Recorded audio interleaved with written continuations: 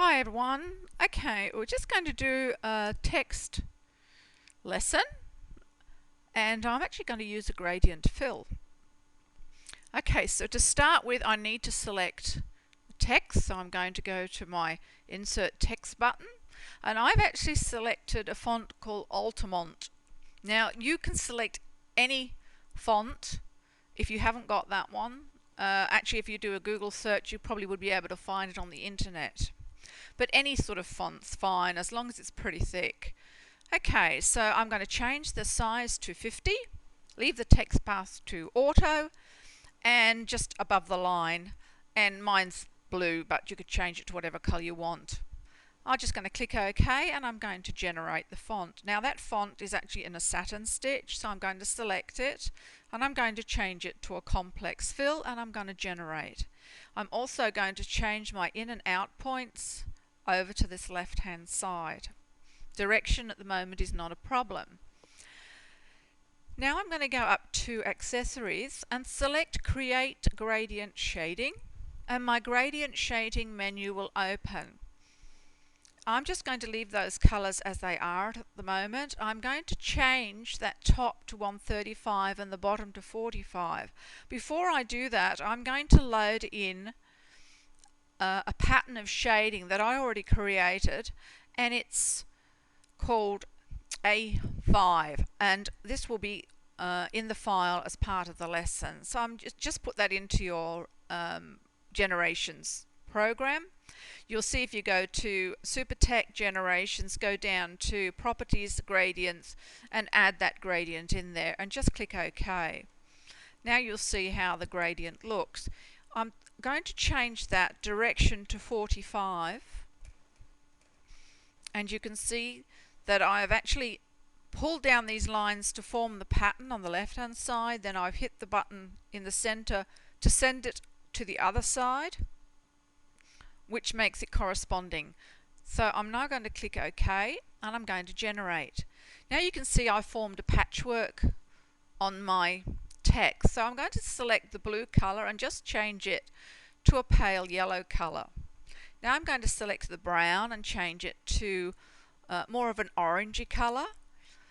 Whilst that orange color is selected, I'm going to go up to the top, select Stitch, Create Outline, All Borders on this side here, and I'm going to change the width to 2 and it's a satin border, and I'm going to just click OK and generate. Now if you 3D view, you have a really interesting tartan type design for a font. Now you can do the whole alphabet like that.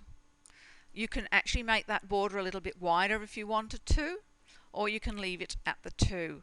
But don't forget, you need to do all borders because you want that center part as done as well. If you want to change the color to give it a bit more definition, then while they are selected you could just zoom along, probably get a darker orange color, and as you can see that's the effect that you will get. If you want to just have a closer look to make sure everything's fine underneath that satin outline, you can do that by grabbing your magnification and just zooming in.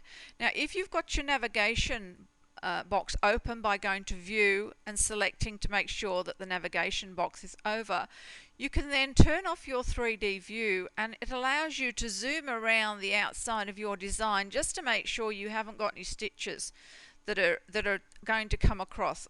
If I zoom in this area a bit closer here, you can see that there's actually a stitch going there. Now that satin stitch should cover it. If it doesn't, you can select your stitch nodes, hit your F4 key, and then if you actually click onto that and you'll see the red cross, you can then drag it back further in.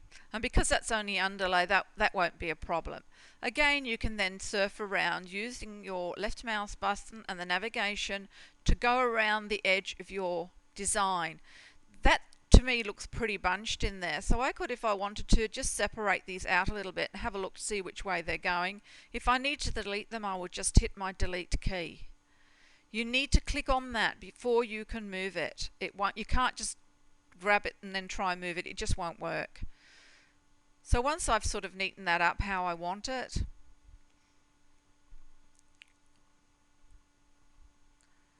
you can just generate. Zoom back out again, turn off your stitches and turn off your F4. So now if I actually grab that, close my navigation window, I'm going to grab the whole lot and move it into the center. So there you have a very interesting alphabet. Don't forget to save your design. Okay, I hope you've enjoyed that very fast lesson.